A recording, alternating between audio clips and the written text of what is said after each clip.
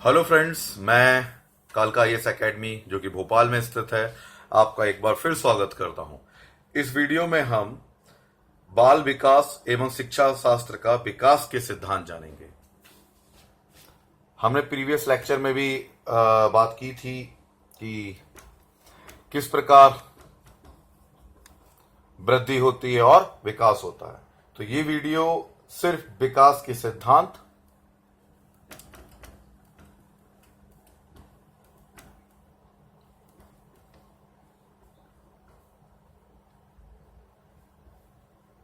विकास के सिद्धांत को बताएगी।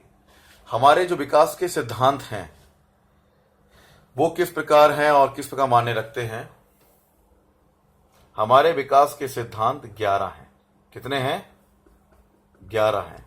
तो 11 के लिए हमें 2 वीडियो और चाहिए। तो मैं फिर से आपसे रिक्वेस्ट करूंगा कि पता लगा आपने हमें सब्सक्राइब नहीं किया है, आपको से 2 वीडियो मिली हैं। 11 सिद्धांत समझ के जाओ। कोई भी एग्जाम दे रहे हो, ये 11 सिद्धांत समझ लो। विकास, बाल विकास एकदम क्लियर हो जाएगा। तो एक ही वीडियो में सारे देना पॉसिबल नहीं है, तो जितने हो जाएंगे इसमें, तो आप हमें सब्सक्राइब कर लो। सब्सक्राइब के लिए क्या करोगे? जो सारे मिल जाएं 11 के 11 मिलने के लिए क्या करोगे? आप यूट्यूब पे जाओगे, वहां कालका आईएएस टाइप करोगे, KALKA कालका आईएएस टाइप करोगे और उससे SUBS CRI सब्सक्राइब कर लोगे। बटन दिखाई देगा लाल सा, उस पर क्लिक कर देना, तो आप हमसे जुड़ जाओगे। कोई भी वीडियो होगा, प्रिंसिपल होगा, सिद्धांत हो, कोई भी वीडियो, आपको तुरंत नोटिफिकेशन उसका आ जाए करेगा ऑटोमेटिक। तो यूट्यूब पे जाकर कालका टाइप करो, सब्सक्राइब करो और अच्छे अच्छे कमेंट जरूर करो कि समझ में आ रहा है या नहीं आ रहा। चलिए, तो हम पहले बात करते हैं विकास के सिद्धांत की। तो विकास के कई मनोवैज्ञानिकों ने कई सिद्धांत दिए हैं। जैसे पहला जो सिद्धांत दिया है, हम पहला अगर सिद्धांत देखें तो वो है विकास का एक निश्चित प्रतिरूप होता है। विकास का एक निश्चित प्रतिरूप होता है। मतलब विकास का एक रूप, निश्चित रूप होता है, उसी में दिशा में विकास संभव है। इसको समझने के लिए मैं तुम्हें ये बनाता हूं। इसके अंदर 2 दिए हैं, ये है 1। जैसे मस्त का 2मुखी विकास, मस्त का 2मुखी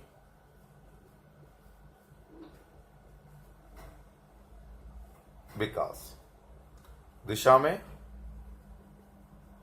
और दूसरा है, अगर मैं बात करूं निकट दूर दिशा में। ये 2 प्रकार का होता है। इसे इंग्लिश में कहते हैं हम निकट दूर दिशा में proximo distal distance. Proximo PROXIMO, proximo distal direction.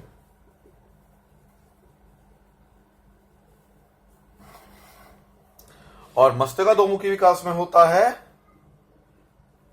English में हम कहते हैं सेफलाकॉर्डियल, CEPHLACAUDAL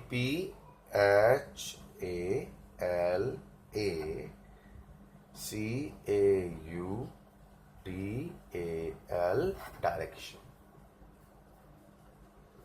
मतलब ये सिद्धांत है, विकास का एक निश्चित सिद्धांत है और इसी के 2 भाग हैं। मस्तक का 2मुखी दिशा में विकास होता है और निकट दूर दिशा में। ये है कैसे? इसको समझाने के लिए मैं तुम्हें एक चित्र बना के समझाने की कोशिश करता हूं। थोड़ा सा कैमरा एडजस्ट करके। ये बच्चा, ये गला, ये टांगे।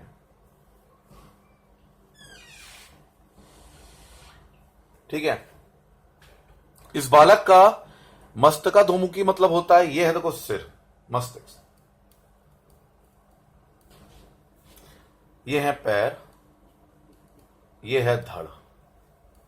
तो पहले जो विकास शुरू होता है वो सिर से शुरू होता है, फिर धड़ पे आता है और फिर पैरों का विकास होता है। मतलब विकास की जो प्रक्रिया है वो ऊपर से नीचे की ओर चलती है। यह है मस्तिष्क का 2मुखी दिशा में विकास, सिर से पैर की ओर चलना। ओके। और पहले सिर बनता है, मस्तिष्क बनता है, फिर धड़ बनता है, फिर पैर बनता है, और यही क्रियात्मक में भी होता है। निकट दूर दिशा में है, मैं एक एक को ढंग से और समझाऊंगा, मैं चित्र बना के तुम्हें समराइज कर रहा हूं। निकट दूर का मतलब है नाड़ी, मध्य से, केंद्र से विकास होता है बालक का, और वो पूरे शरीर में फैलता है। केंद्र से विकास होता है और वो विकास पूरे शरीर में धीरे धीरे अंग अंगों में भी होना शुरू हो जाता है। तो ये है मस्तिष्काधोमुखी दिशा में विकास और निकट दूर दिशा में विकास। समझ में आ गया?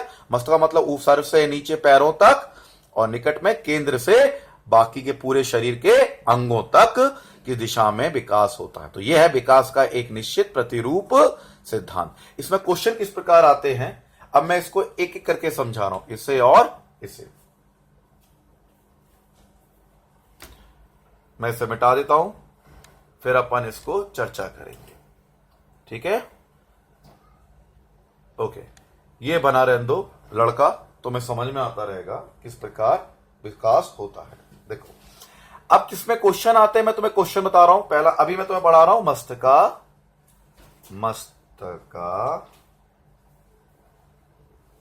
धोमुखी विकास दिशा। ठीक है? मस्तिष्का धोमुखी विकास दिशा। ठीक है? अब इसमें किस प्रकार क्वेश्चन आते हैं, इसकी विशेषता आप जरूर नोट कर लेना। अभी मैंने बता ही दिया सर से लेके पैर तक होता है, लेकिन क्वेश्चन जब आते हैं ना तो हमारा बुद्धि बंद हो जाती है, हमारी बुद्धि का विकास जरूर बंद हो जाता है, क्योंकि हमने पढ़ा नहीं गहराई में, हम कुछ कर नहीं पाते। तो हमें अपनी बुद्धि का विकास भी जारी रखें, वहां पे कंटिन्यू होता रहे, तो उसके लिए बहुत गहराई में जाना जरूरी है। तो मस्तिष्काधोमुखी विकास का तात्पर्य क्या होता है? पहला इसका है ये विकास सिर से, आप सब नोट कर लेना बच्चों, सिर से पैर की दिशा में होता है। बताया था भी, सिर से पैर की दिशा में होता है। और अगर हम भ्रूणावस्था की बात करें, भ्रूणावस्था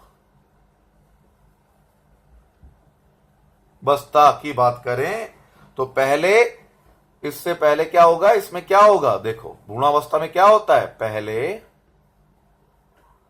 सर बनता है, सिर का विकास होता है, सिर का विकास होता है, सिर का पहला होता है सिर का, सेकंड, फर्स्ट है सेकंड, फिर बाद में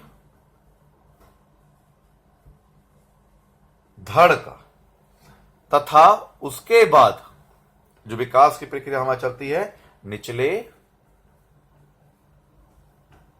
भागों का, नीचे के भागों का विकास होता है। समझ में आ गया आप लोगों को?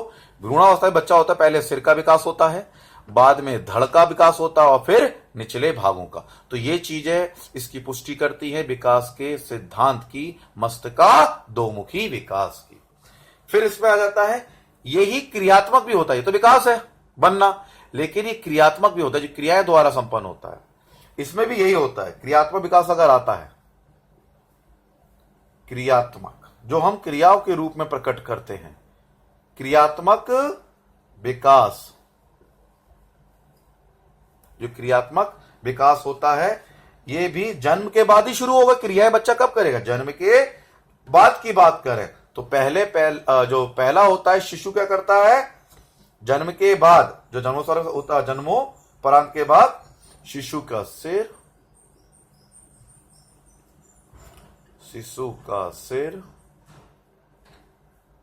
ठीक है, मुख तथा गर्दन की क्रियाएं विकसित होती हैं। गर्दन की क्रियाएं विकसित होती है, ध्यान रखना।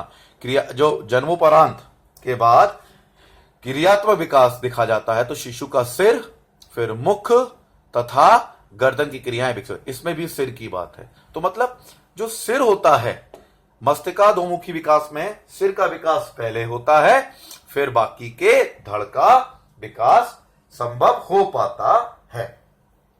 इसे मिटा दो, थोड़ा सा जगह कम है। और फिर आगे जानते हैं मस्तिष्का दोमुखी विकास ही अभी हम पढ़ेंगे। किस प्रकार क्वेश्चन आ सकते हैं। क्रियात्मक में भी बालक का सिर का विकास क्रियाएं पहले होती हैं, बाद में बाकी के धड़ की होती है। ठीक है। अब इन सब की यानी मस्तिष्का रोगी कहते हैं बच्चा उल्टा पैदा भी होता है, पहले मतलब यहां पे पैर आते हैं फिर सर आता है। तो भाई ये पुष्टि कैसे की। तो इन्होंने बोला मनोवैज्ञानिकों ने कि देखो ये तो ठीक है, चलो सिर का विकास हो रहा है तो मालूम ही मालूम है। दूसरा एक और उदाहरण देख के हम समझ सकते हैं कि बालक के सिर का विकास पहले होता है। वो है यदि बालक को पेट के बल लिटा दे। ये है बालक, यह है गर्दन, यह है पेट, यह है पीठ, यह है पेट नीचे, बच्चा इस तरफ लेटा है, मतलब नीचे ये जमीन की तरफ, ये बच्चा उल्टा लेटा हुआ है। ठीक है ना। तो पहले अगर जमीन पर उल्टा लेटा है तो सबसे पहले वो अपना ये सर है ना, ये देखो जमीन पे लेटा है बच्चा, ये गर्दन है, ये बच्चा है। तो सबसे पहले ये गर्दन यहां आ जाएगी, उठाएगा, मतलब ये गर्दन ऐसे उठा के चलने की कोशिश करेगा। ये गर्दन है, ठीक है ना, मतलब उस तरफ उठाएगा। ये गर्दन ऐसे लेटा हुआ है तो सबसे पहले ऊपर इसने गर्दन उठा ली। तो इसे समझ में आता है कि मैं लिख भी देता हूं। गर्दन उठाई सबसे पहले, तो मैं लिख भी देता हूं कि बालक को, नोट्स बना लेना, बालक को पेट के बल जमीन पे लिटाया जाए तो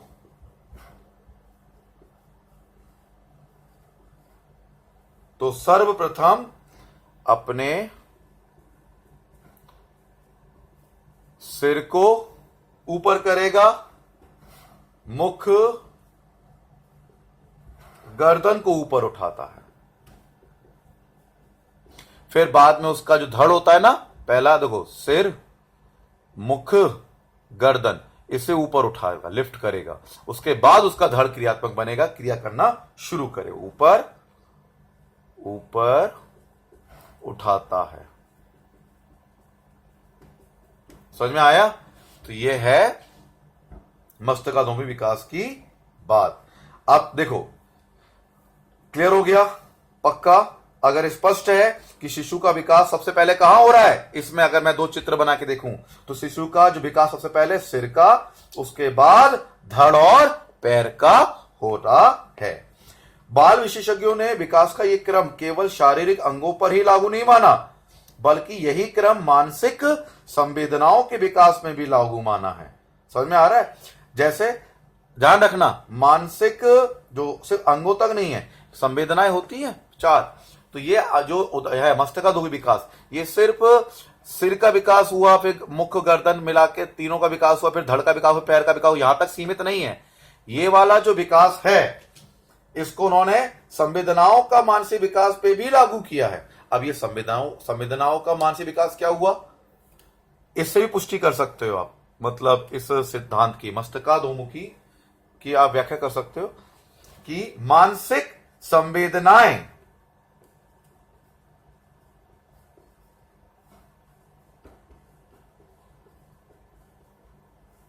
मानसिक संवेदनाओं का के विकास पे भी लागू होता है। जैसे जो नवजात शिशु होता है ना, उसमें संवेदना का विकास पहले शरीर के ऊपरी भाग में होता है और फिर निचले भागों में होता है। मतलब बालक में जो संवेदनाओं का विकास होता है, नवजात शिशु कह दूं बालक को मैं, अगर नवजात तुरंत तभी तो पता लगेगा इसका विकास। नवजात जो शिशु होता है, नवजात बालक जो होता है शिशु का, जो संवेदनाएं होती हैं, क्वेश्चन आता है कि संवेदना विकास सबसे पहले किस हिस्से में होता है, आप बताओगे ऊपरी हिस्से में। संवेदनाओं का विकास संवेदनाओं का विकास पहले शरीर के ऊपरी भाग में होता है, ऊपरी भागों में होता है, फिर निचले भाग में होता है, फिर निचले भाग में होता है। तो ये क्लियर करता है सिद्धांत कि जो बालक का विकास है मस्तकाधोमुखी, वो सर से लेकर पैरों की ओर होता है। काफी कुछ मैंने आपको समझा दिया। चलिए तो अब अगले की बात करते हैं, निकट और दूर विकास क्रम। ये समझ में आ गया मस्तकाधोमुखी विकास। अब बात करते हैं निकट एवं दोमुखी, मतलब दूर का दिशा सिद्धांत। इसी में है, एक रूपता वाला एक निश्चित प्रतिरूप वाले में ही है। ये भी ये बोलता है, देखो ये दोनों किसके बताए जा रहे हैं, सिद्धांत क्या था, विकास का एक निश्चित प्रतिरूप। तो पहला पढ़ा हमने ए पार्ट मस्तकाधोमुखी विकास, अब उसका दूसरा पार्ट है निकट दूर विकास क्रम, निकट दूर विकास क्रम। इसमें बोलता है कि शरीर के बिल्कुल केंद्र से यहां से यहां से विकास शुरू होता है, बिल्कुल केंद्र से, टुंडी है अपनी, यहीं से शुरू होता है, नाभि से शुरू होता है। ठीक है, तो मैं इस पर लिख देता हूं, ये है क्या, आप लिखते चलना मेरे संग नोट। शारीरिक, मैं तुम्हें समझा चुका हूं पहले फिगर में, अब मैं नोट्स बता रहा हूं तुम्हें। शारीरिक विकास कहां से शुरू होता है, अभी बताया मैंने, केंद्रीय भागों से। शारीरिक विकास केंद्रीय भागों से होना शुरू होता है। समझ में आ रहा है नहीं आ रहा? जो शारीरिक विकास होता है उसमें बोला था सर से मस्तकाधोमुखी क्या था, सर से लेके पैर तक, और ये बोलते निश्चित दिशा कौन सी है, शरीर के केंद्रीय भागों से विकास शुरू होता है।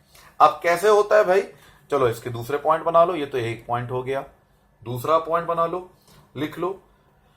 पहले केंद्र में होगा, फिर धीरे धीरे वो पूरे दूर के भागों में भी होने लगता है। उदाहरण के लिए अगर देखूं तो देखो, पेट, लिख लेना बेटा, पेट व धड़ के अंगों में क्रियाशीलता,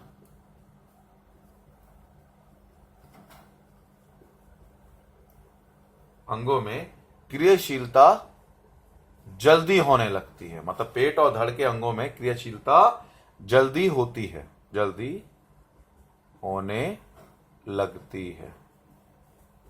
ठीक है, बल्कि पेट के अंदर की क्रियाएं तो जन्म के साथ ही प्रारंभ हो जाती हैं, बल्कि पेट के, क्यों, खाना नहीं खाता, दूध पीता है, पचाना शुरू करता है, नहीं करता, पेट के अंदर की क्रियाएं, जो पेट के अंदर क्रियाएं हैं वो तो जन्म के साथ ही प्रारंभ हो जाती हैं, जन्म के साथ प्रारंभ हो जाती है। समझ में आ रहा नहीं आ रहा?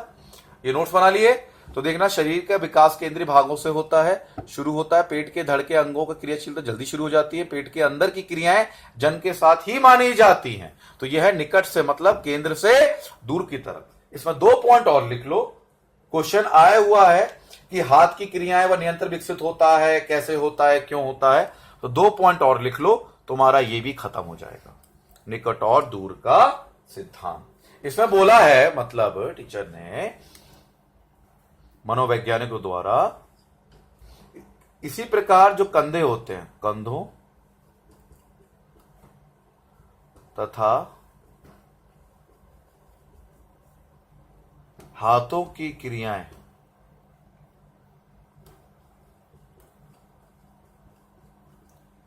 क्रियाओं पे जो नियंत्रण पहले विकसित होता है, नहीं होता, हाथों की क्रियाओं व नियंत्रण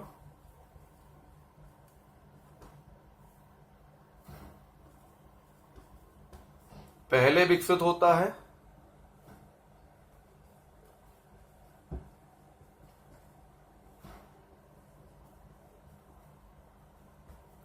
जबकि हाथ मतलब ये उंगलियों की बात नहीं हो रही है, उंगलियां नहीं, कंधे व हाथों की क्रियाओं का नियंत्रण, बच्चा हाथ घुमाता है उसकी बात हो रही है। कंधों तथा हाथों की क्रियाओं का वह नियंत्रण पहले विकसित होता है, जबकि जो उंगलियां होती हैं, उंगलियों की क्रियाओं देर से विकसित होती हैं। उंगलियों की क्रियाएं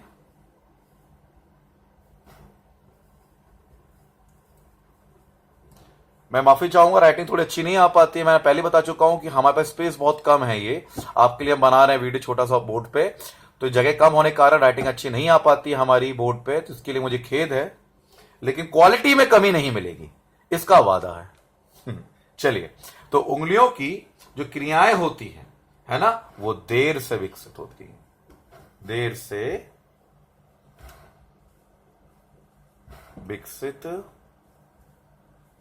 होती है,